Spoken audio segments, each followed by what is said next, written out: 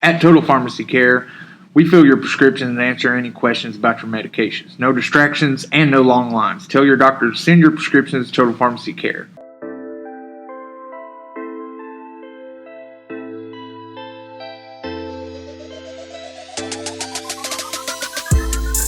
Welcome back to another episode of the Unwired Appalachia podcast, presented by the Appalachian newspapers. And this is season 2, episode 16. Shout out to Doc Gooden. Doc Gooden is the man. And if you ever heard Doc Gooden's story about after they won the World Series in '86, just unbelievable story. Unbelievable. Him and Darryl Strawberry, don't know how either one of them are alive. It's unreal. But I'm glad they both are. For sure. Also, shout out to Joe Montana. Even though he killed the Bengals in the Super Bowl in '88, we got to give him a shout out. Besides Tom Brady, he's the best. Agreed, and that's for sure now. Tom Brady's the GOAT. Yeah, Tom Brady's the GOAT. We can't deny it. No, we can't deny it anymore. Real quick, we want to take a second to say thank you to our sponsor. We have some great sponsors on the show. We want to make sure to thank them. First off, Bruce Walters. Bruce Walters just updated pricing on all of their new inventory. Go check them out at brucewaltersford.net. Also, big thank you to Nova Pharmacy and Caremore Pharmacy. It's flu season. The professional pharmacists at Nova Pharmacy and Caremore Pharmacy want you to get vaccinated, and you should. You had a flu shot yet? No, not yet. I got mine, man. You need to go get that flu shot. I'm slacking. Call Joel or Sandy Thornberry today and get vaccinated and stay healthy. 606-432-2274 is Nova Pharmacy, or Caremore Pharmacy at 606-639-2273. We're also brought to you by Presbyterian Homes of Cedar Creek and Good Shepherd at Phelps. If you are looking for quality care for loved ones, look no further than Presbyterian Homes of Cedar Creek and Good Shepherd at Phelps. Both facilities treat your loved ones with care and respect. They offer therapy, daily activities, exquisite cuisine, and home-like settings to make your family members feel at home. Call to schedule an appointment today. At Cedar Creek, call Trevor's wife, Jessica Thacker, at 432-8243, and at Good Shepherd, call 456-8725. Caring for your loved ones is what we do best. All right. I feel like we kill those ad reads, by the way. Josh Blankenship, he's an amateur. He's still learning. He's still learning. Shout out to Josh Blankenship. Well, no, shout out. Where's he? 2 weeks in a row? Yeah. Where is he? Anyway. He's turning into Waldo on us. He is turning. He'll pop back up eventually. Oh yeah, I'd say you'll see him next week. Yeah, hopefully we'll be heavier by about 110 pounds next week. Probably more than that because we got All Mountain next week. Yeah, All Mountain team. Listen, that's a hell of a task this year. We've talked about that, so I'm probably going to have an aneurysm just going trying to figure seriously, out my votes. I mean, it's unbelievable. I don't know. I still have no idea. I can't decide. I mean, it's hard to even. We're going to have that ready by Christmas, so be on the lookout for that. Yeah, be on the lookout for the All Mountain team. Christmas Eve, something like that. Yeah, it'd be Christmas Eve. Christmas Eve. Is it Christmas Eve or Christmas Day? Christmas Day. Christmas Day. Christmas Day. All Mountain team. Some good presents for some kids around here to see where they land on that All Mountain team. All worthy of recognition. Absolutely. Lots of great players in the mountains this year. I mean, just a championships everywhere. Huge year for mountain football. So we'll be getting into that this week, and we'll have it out for you for a Christmas present from us here at Unwired Appalachia. I guess, that's a pretty good Christmas present. So we'll start out. My guy Randy traveled up to Cincinnati to. Listen, that's what it is being a Bengals fan. You know, you're with them when they're 1-13. Mm-hmm. You're with them. Well, I was going to say when they're 13-1, but I don't recall that happening in a long time. It's been a while. But one of the rare opportunities to get to see one of the greatest of all time, maybe the greatest quarterback of all time, Tom Brady. Yesterday might be the last time. You know, one of the reasons me and my buddies wanted to go is, you know, you never know if Tom Brady's going to come back to Cincinnati. So. And, you know, he didn't disappoint. He didn't put up crazy numbers.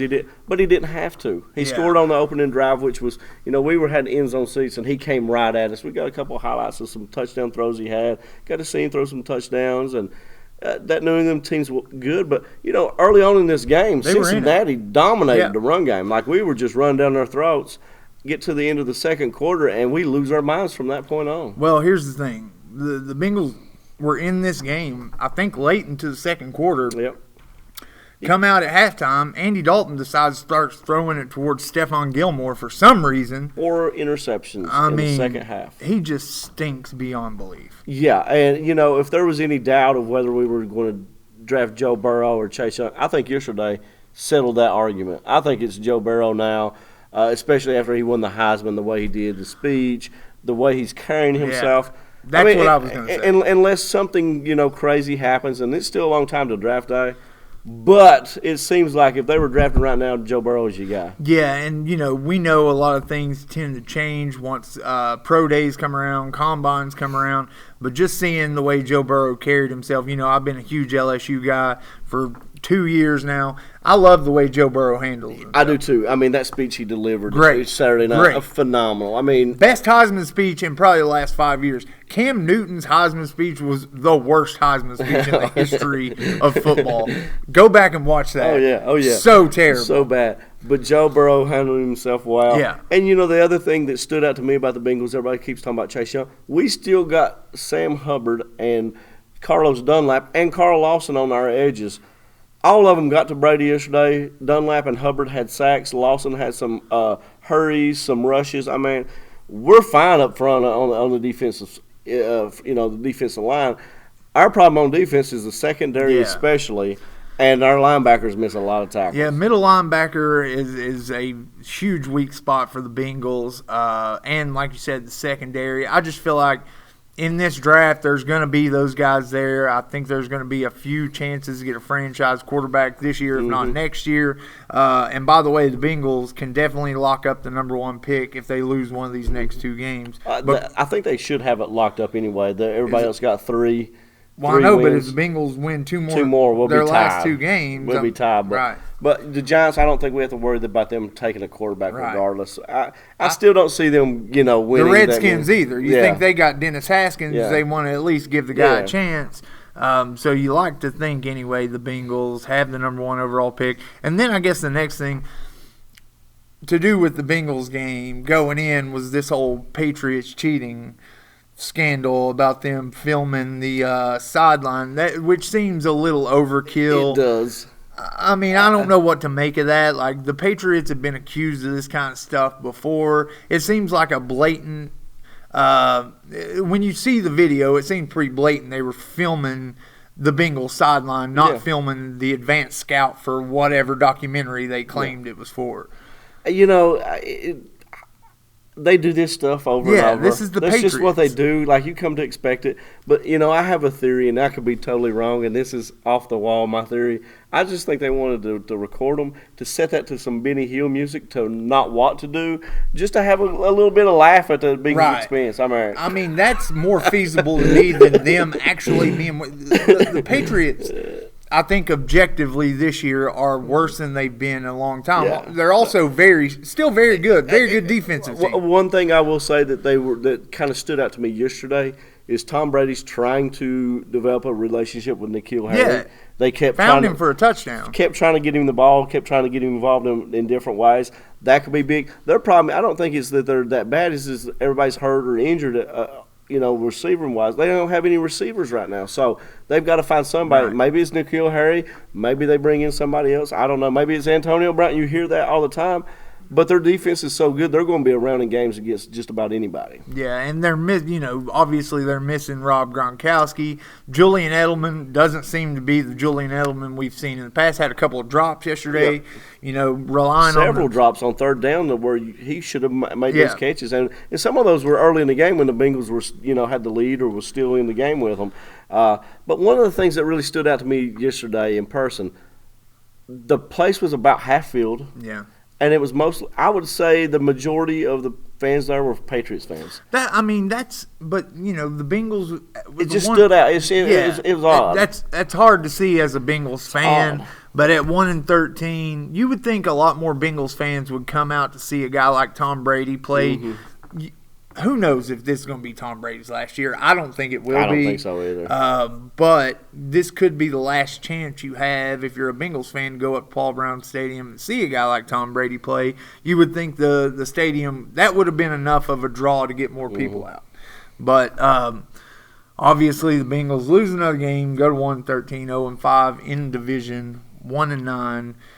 In the conference, and listen, the Ravens and the Chiefs and the Saints are the only teams to clinch their division so far. I mean, the Ravens obviously running away with the AFC North, just looking continue to roll. Yeah, the Ravens are playing well right now. The defense there, Lamar Jackson's throwing touchdowns all over the place now. I mean, he's made us eat crow.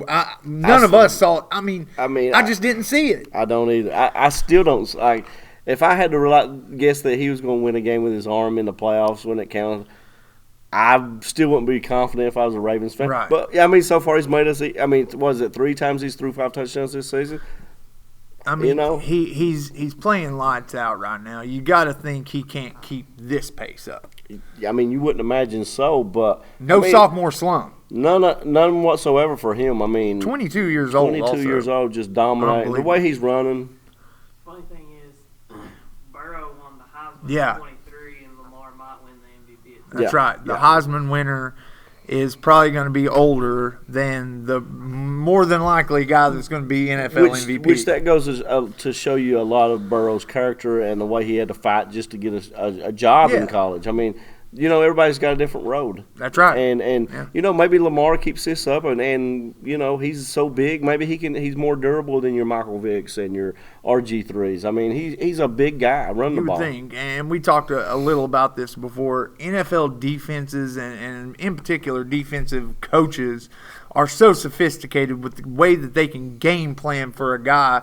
You got to think somebody's going to be able to figure something out to slow this guy down and not let him. I mean, he's killing people. He's killing right people. now. I mean, it's not even fair at some points. I mean, and he's beating good teams. He's beating very good teams. Buffalo, San Fran. I mean, you go down the list. There's some good teams.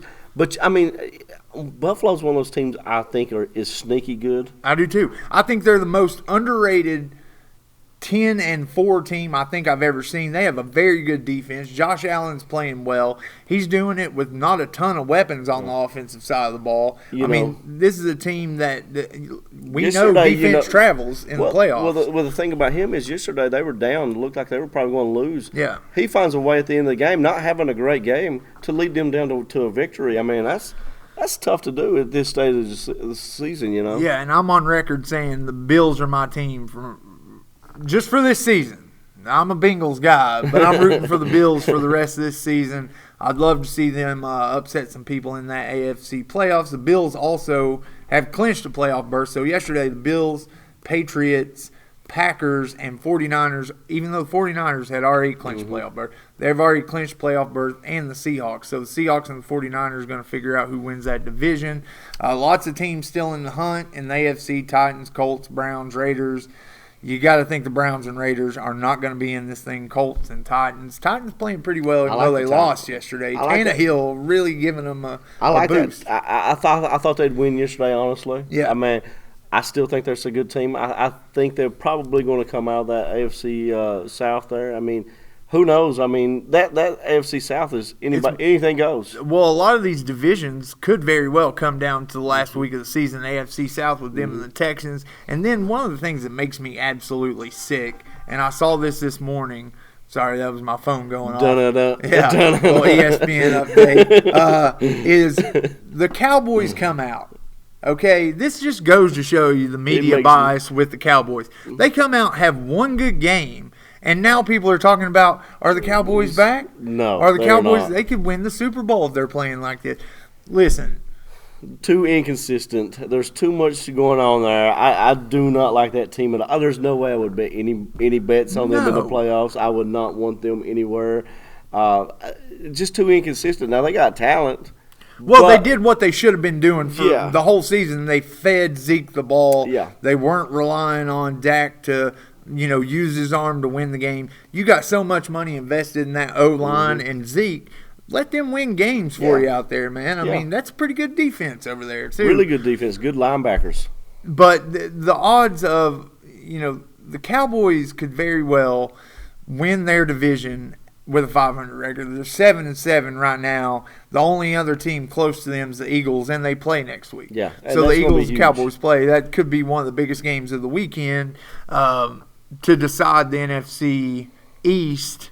I just don't like any team in the NFC East. No. Whoever comes out and goes in the playoffs, they're not going to last long, in my opinion. Just too inconsistent. Well, listen, one of them's going to make the playoffs and could knock a team like the Vikings out, who are 10-4 right now. Yeah, and one of them's probably going to make it, and they could be 500 or sub 500. They could be an under 500 team to make the playoffs. Real quick, because we have to stop here in a second with the NFL. We got to move on, but Eli Manning yesterday comes in, gets a big win for the Giants, his second start back.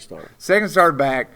And I heard a lot of the sports talk shows this morning talking about the same topic. In your opinion, is Eli a Hall of Famer?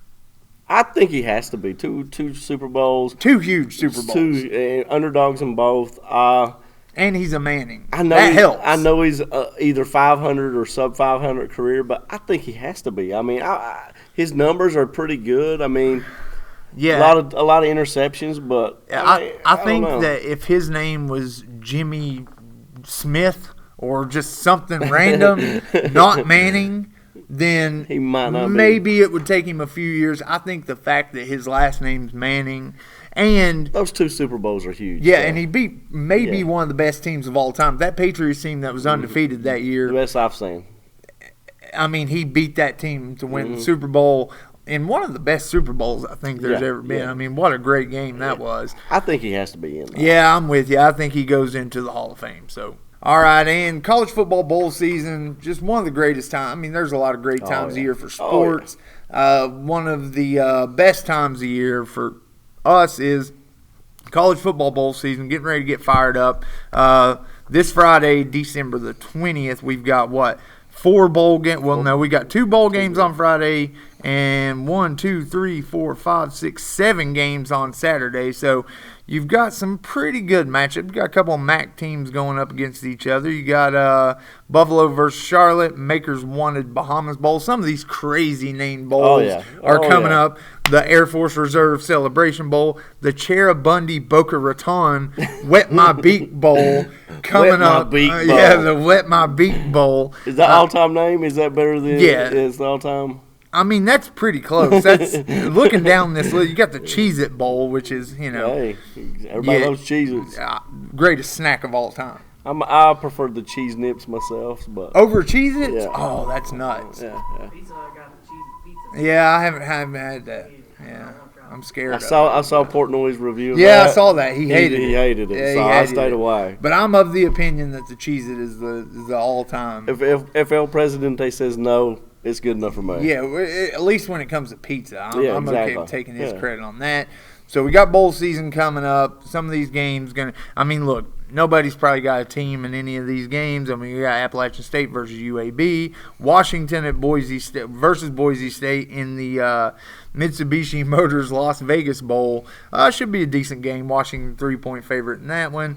San Diego State, Central Michigan. So we got a little bit of action going on. Yeah, some of these these teams are always the fun games, man. To me, there's usually something crazy that happens, or some game gets into a shootout, or it's a defensive struggle. Yeah. There's always something cool in these games, and if you love football, you got to love this time of year. Well, and looking up and down the list, too, you got a lot of games that are 2.5, 3.5 point spreads, a lot of close games. And like you said, these are some of the funnest games to watch if you're just a straight football guy. You love watching these games because you always end up seeing something crazy. And a lot of guys come out and make their make their future with draft stock in these games. Make the name a lot of time nobody knows who these guys are early on. Now, they get out and make a name for themselves. Who knows, that leads to an NFL career or whatever. I mean, huge opportunities for these guys, and usually they deliver. It's fun to watch. Yeah, and then we'll talk a little bit about UK basketball. Got a win on Saturday versus Georgia Tech. I mean, handled business. I said before, we were both working, didn't get to see much of the game. Looks like Ashton Hagans led the way, 21 points. 7 rebounds, 7 assists. Big game for Ashton Hagans. Huge. And Emmanuel quickly had 16 points, 12 for Nick Richards. Kentucky's going into pretty much the meat of their schedule right now. I mean, it's getting tougher and tougher week by week. We go to Utah, 11 p.m. tip-off. That's Wednesday night, an 11 big p.m. game. tip-off. I mean, Utah is always one of those tough teams, especially at home. Andrew Bogut. Shout out to Andrew Bogut. Well, back in the day, Andre Miller and all those guys. I mean, Kentucky's Chauncey Billups was Colorado. I was thinking Colorado, yeah. But, yeah, Utah's going to be – I mean, that's a tough Keith Van Horn. Keith Van Horn with the high socks, man. Yep. God, that's a blast from the past right there. But anyway, the 11 p.m. tip-off on a Wednesday night, That's you tough. hate to see it. It's tough. You hate to see it. Especially if you're planning on going to Star Wars the next night. Oh, was that? Yes, that's the premiere. And then we have home versus Ohio State and home versus Louisville. So we got 2 top 5 teams coming in. Louisville also got beat by Texas Tech. Yeah. So number 1, no more. No more. That's kind of been the theme to the college basketball season is number 1 teams getting knocked off by teams they should be beating. Yeah, I mean, that's what happens in college basketball. It's parity. Especially now with young teams, just one and done stuff. I mean, Parity. a lot of people love Louisville to win the national championship, though. A lot of money going on Louisville in Vegas to win the national championship. Who knows? I saw that they a couple play of days hard. ago. I mean, what little I've seen of Louisville, they play hard. I will give them that. And it's hard to, bet against effort. Yeah, I mean, we know. Here's the thing. Also, Kentucky's playing Louisville. I told you before on the LSU on the night of who is it, LSU Oklahoma, or during the day LSU Oklahoma play at the same time as Kentucky Louisville. Going to be a tough watch there. But we've got Ohio State coming into Rupp. That is this coming Saturday. Should be a good game. Ohio State's a tough team, like I said, top 5 team. So. We'll be watching the Cats, see if they can rebound off a big win. Georgia Tech was a tough team. From this point on, I mean, nothing's easy for you. Well, yeah, and you jump straight into conference schedule right after Louisville, and we know the SEC is going to be tough this year. I mean, there's lots of good players, lots of good teams in the SEC. This is a young team still learning how to play with each other, so it's going to be an interesting season.